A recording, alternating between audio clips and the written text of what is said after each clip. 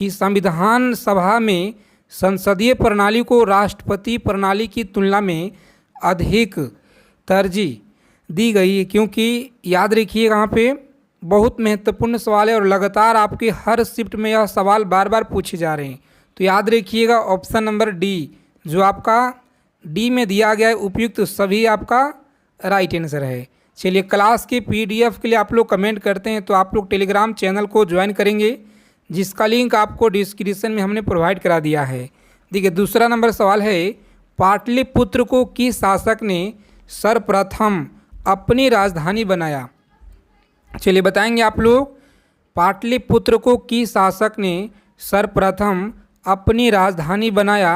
तो याद रखेंगे उदयन के द्वारा। बहुत पूछा गया सवाल है आपके एग्जाम में, याद रखिएगा उदयन के द्वारा। नालंदा विश्वविद्यालय विश्व प्रसिद्ध था।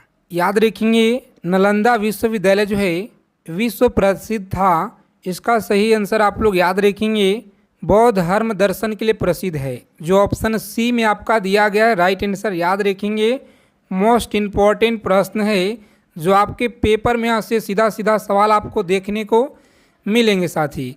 तो अगर आपको इस बार एसएससी एमटीएस एग्ज़ाम को क्रैक करना है तो सभी साथी क्लास को बिना स्किप किए हुए आप लोग अंत तक देखिएगा।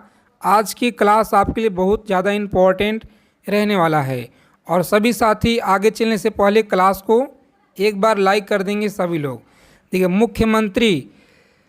मुख्यमंत्री किसके लिए जिम्मेदार नहीं है। मुख्यमंत्री किसके लिए जिम्मेदार नहीं है। यहाँ पे 4 विकल्प आपको दिए गए हैं, चलिए बता देंगे आप लोग। तो राज्य की सुरक्षा जो ऑप्शन सी में आपका दिया गया है सही उत्तर। आगे देखेंगे वित्तीय घाटे का तात्पर्य क्या है। वित्तीय घाटे का तात्पर्य क्या है चलिए बताएंगे आप लोग। सभी लोग याद रखेंगे सभी मदों से प्राप्त आय खर्च से कम। आप लोग याद रखिएगा ऑप्शन नंबर सी रहेगा इस क्वेश्चन का राइट आंसर।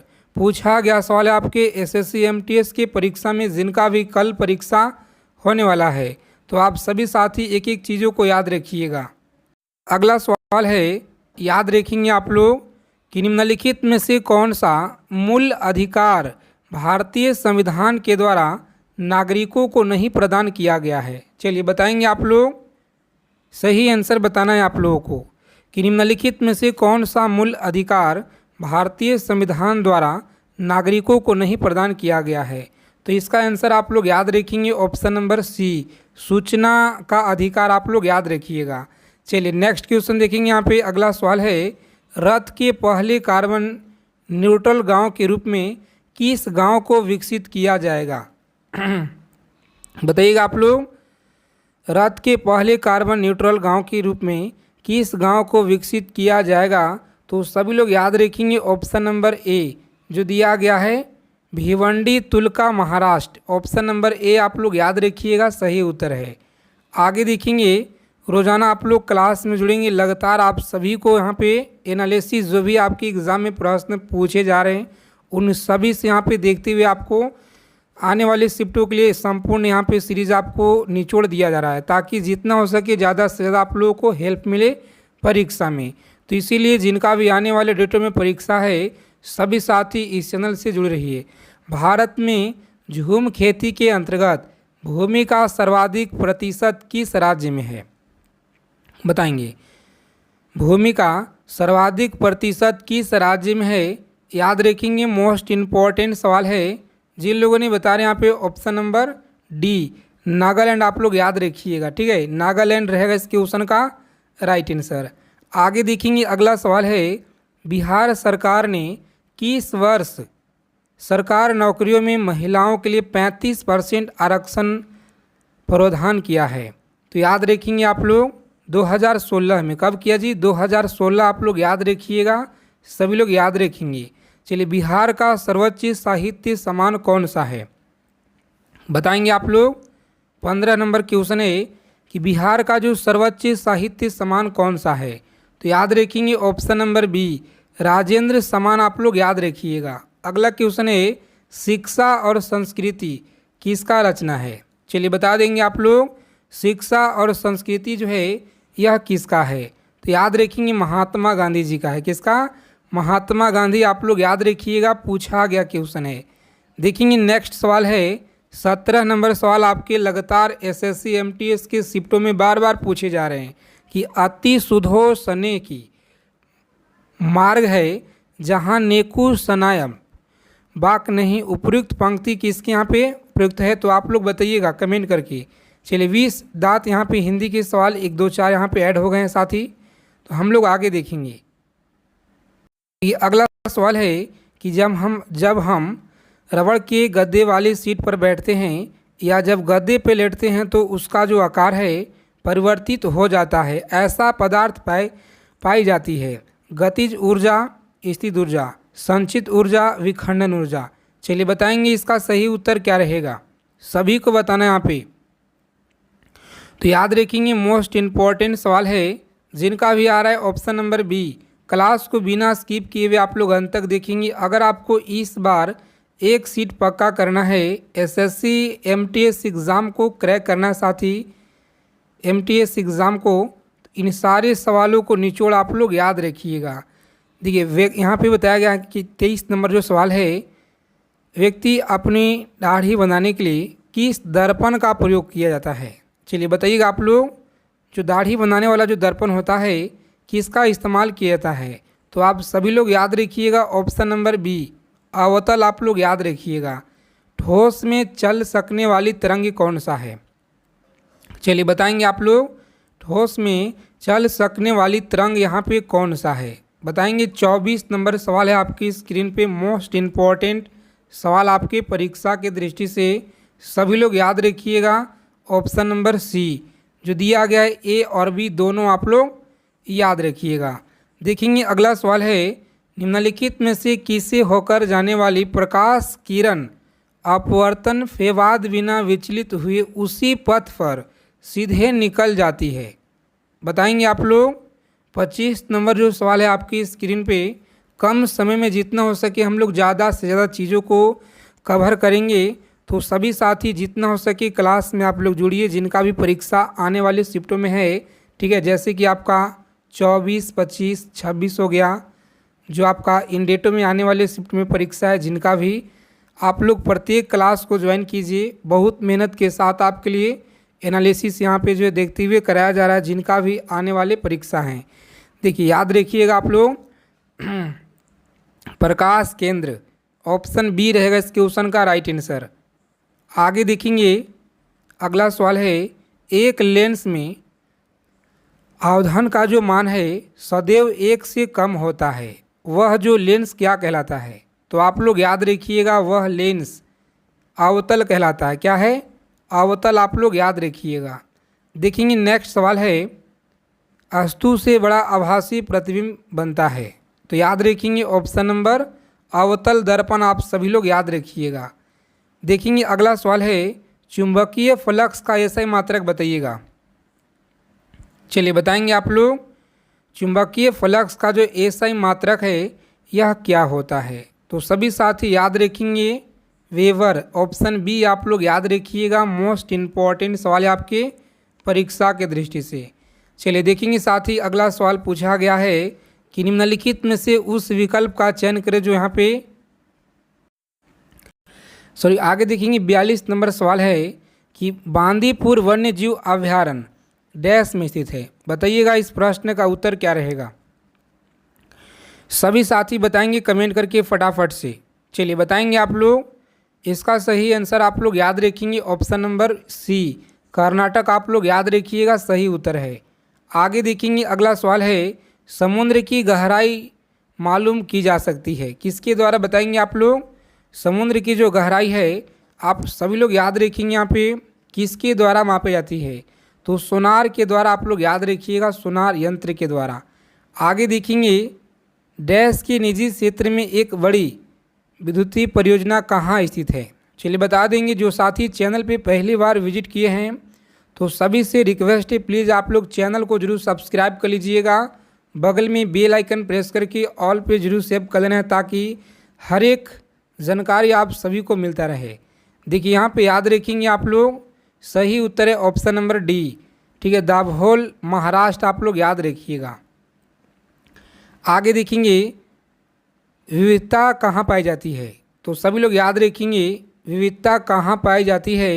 याद रखेंगे मोस्ट इम्पॉर्टेंट सवाल है उष्ण कटिबंधीय आर्द्र वनों में मरुस्थल में। ऑप्शन बी रहेगा इस क्वेश्चन का राइट आंसर।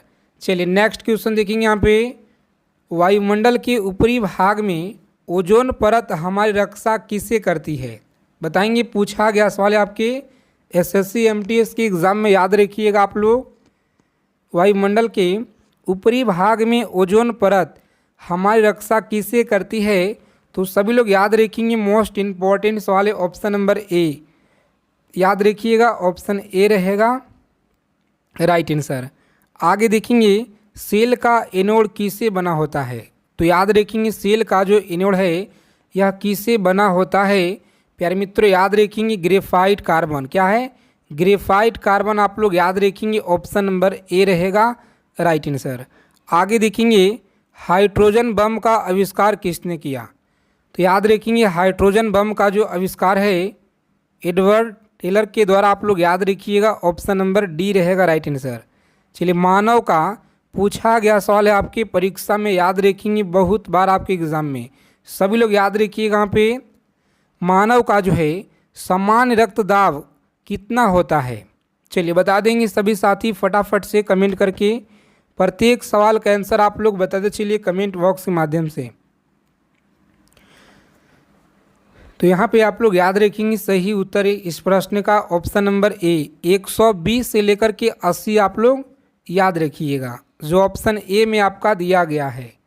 आगे देखेंगे उपस्थिति तथा हड्डियों के निर्माण और संपोषण में आवश्यक तत्व होता है। याद रखेंगे उपस्थिति तथा हड्डियों के निर्माण और संपोषण में आवश्यक तत्व होता है, याद रखिएगा आवश्यक तत्व होता है मैग्नीशियम, कैल्शियम या जिंक होगा। तो आप सभी लोग याद रखेंगे मोस्ट इम्पॉर्टेंट सवाल है ऑप्शन नंबर कैल्शियम, जो बी में आपका दिया गया सही उत्तर। आगे देखेंगे अगला प्रश्न पूछा गया है, सभी लोग याद रखेंगे मिल्क ऑफ मैग्नीशिया एक निलंबन है।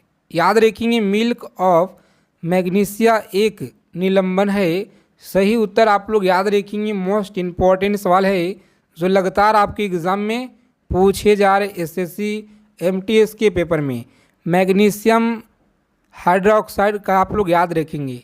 चलिए देखेंगे अगला सवाल। रोजाना आप लोग क्लास में जुड़ेंगे, लगातार आप सभी को यहाँ पे प्रैक्टिस सेट प्रीवियस ईयर का और जो अभी वर्तमान में परीक्षा हो रहे हैं साथ ही जिस लेवल के सवाल आपके पूछे जा रहे हैं हर एक क्लास में आपको ऐड किया जा रहा है, ताकि आने वाले जिनका भी परीक्षा है ज़्यादा से ज़्यादा आप लोगों को यहाँ से हेल्प मिल पाए। प्लास्टर ऑफ पेरिस का रासायनिक नाम क्या है, याद रखिएगा कैल्शियम सल्फेट हेमीहाइड्रेट, याद रखेंगे सी ऑप्शन सही है। आगे देखेंगे अगला सवाल है स्टेनलेस स्टील किसका मिश्र धातु है। चलिए बताएंगे 53 नंबर सवाल है स्टेनलेस स्टील किसका मिश्र धातु है। तो प्यारे मित्रों आप लोग याद रखिएगा लोहा हो गया, क्रोमियम और carbon, chromium carbon option D रहेगा इस क्वेश्चन का राइट आंसर। चलिए देखेंगे अगला सवाल बताएंगे आप लोग, सभी साथी क्लास को लाइक कर देंगे फटाफट से जो लोग क्लास में पहली बार विजिट किए हैं। देखिए कांच को नीला रंग निम्नलिखित में से कौन प्रदान करता है, बताएंगे कांच को नीला रंग कौन प्रदान करता है। तो याद रखेंगे कोबाल्ट ऑक्साइड, क्या है कोबाल्ट ऑक्साइड, आप लोग याद रखेंगे ऑप्शन नंबर ए आपका सही उत्तर है। आगे देखेंगे अगला सवाल है रक्त स्कंद में कौन सा विटामिन क्रियाशील होता है। तो याद रखेंगे रक्त स्कंद में कौन सा विटामिन क्रियाशील होता है, इसका सही उत्तर आप लोग याद रखेंगे ऑप्शन नंबर विटामिन डी, याद रखिएगा विटामिन डी रहेगा राइट आंसर। आगे देखेंगे किसकी उपस्थिति के कारण गाय का दूध का जो रंग है यह पीला होता है। तो सभी लोग याद रखेंगे मोस्ट इम्पॉर्टेंट सवाल है, चलिए बताएंगे आप लोग कमेंट करके फटाफट से, और क्लास को बिना स्किप किए हुए आप लोग अंत तक देखिएगा, क्योंकि कम समय में जितना हो सके हम लोग ज़्यादा से ज़्यादा रिवीजन करेंगे शानदार प्रश्नों का। सही उत्तर आप लोग याद रखेंगे ऑप्शन नंबर डी कैरोटीन, आप लोग याद रखेंगे ठीक है। कैरोटीन आप लोग याद रखिएगा। आगे देखेंगे एंजाइम मूल रूप से क्या है, बताएंगे एंजाइम मूल रूप से क्या है। तो साथ ही आप लोग याद रखिएगा ऑप्शन नंबर प्रोटीन है। क्या है? प्रोटीन आप लोग याद रखिएगा। कान में कितना हड्डियां होती है? कान में कितना हड्डियां होती है? तो 6 हड्डियां आप लोग याद रखिएगा। कितना? 6 आप लोग याद रखेंगे। ऑप्शन नंबर सी रहेगा इस क्वेश्चन का राइट आंसर। पौधे में जाइलम उत्तक निम्नलिखित में से किस पदार्थ का सम्मोहन करता है? तो आप लोग याद रखेंगे सम्मोहन करता है पानी और खनिज लवण। आप लोग याद रखिएगा। ऑप्शन नंबर सी रहेगा इस क्वेश्चन का राइट आंसर। देखेंगे पूछा गया सवाल है आपके एग्जाम में, एमटीएस की परीक्षा में, याद रखिएगा प्याज में निम्नलिखित में से किस में खाद्य जमा होता है? चलिए बता देंगे सभी साथी फटाफट से इस क्वेश्चन का सही उत्तर क्या रहेगा। तो आप लोग याद रखिएगा मोस्ट इम्पॉर्टेंट प्रश्न है सी ऑप्शन, ठीक है। शल्क पत्र आप लोग याद रखेंगे। आगे देखिए अगला सवाल है, याद रखेंगे उपभोक्ता शोषण के प्रमुख कारण क्या है? चलिए बताएंगे साथी आप लोग, सभी लोग याद रखिएगा मोस्ट इम्पॉर्टेंट सवाल है इनमें से सभी। आगे देखेंगे रॉलेट एक्ट के विरोध में किसने जो है लगान ए देने का आंदोलन चलाने का सुझाव दिया था? तो सभी साथी यहाँ पे याद रखिएगा मोस्ट इम्पॉर्टेंट सवाल है जिनका भी ऑप्शन नंबर डी आ रहा है। क्या है? डी ऑप्शन याद रखिएगा। स्वामी श्री नाथ आप लोग याद रखिएगा। देखेंगे अगला सवाल, बताइएगा आप लोग कमेंट करके सभी लोग। पूछा गया सवाल है किसने जो है खिलाफ आंदोलन को हिंदुओं और मुसलमानों की एकता के एक ऐसे अवसर के रूप में जो है 100 वर्ष से भी पुनः प्रस्तुत नहीं होगा? तो आप लोग याद रखिएगा इस क्वेश्चन का सही उत्तर है अबुल कलाम आज़ाद, जो ऑप्शन सी में आपका दिया गया साथी सही उत्तर। तो सभी लोग अच्छे से यहाँ पे याद रखिएगा। चलिए देखेंगे अगला सवाल पूछा गया है, कम समय में जितना हो सके हम लोग ज़्यादा से ज़्यादा चीज़ों को रिवीजन करेंगे। तो सभी साथी रोज़ाना आप लोग क्लास में जुड़िएगा और अभी तक आपने क्लास को लाइक नहीं किए हैं, सेशन को लाइक कर दीजिए सभी लोग। निम्न में से किस सुल्तान ने कुतुब मीनार की 5वीं मंजिला का जो है निर्माण कराया? तो याद रखेंगे निर्माण कराया। 66 नंबर सवाल का सही उत्तर बताएंगे।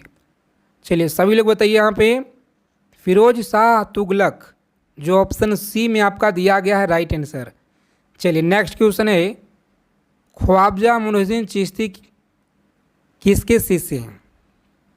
बताएंगे आप लोग किसके शिष्य हैं। तो यहाँ पे आप लोग याद रखेंगे साथी सही उत्तर है option number c, Khwaja Usman हुरानी की आप लोग याद रखिएगा। आगे देखेंगे एल्बम विडाइन टाइड्स के लिए जो है ग्रैमी अवार्ड 2023 किससे जीता है? चलिए कमेंट करके सभी साथी फटाफट से यहाँ बता दीजिए आप लोग इसका सही आंसर क्या रहेगा, सभी को कमेंट करके बताना है।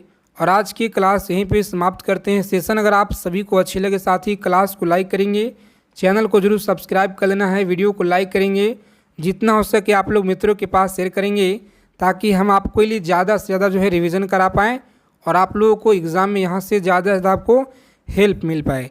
तो जैन साथी मिलते हैं अगले क्लास में अच्छे टॉपिक के साथ।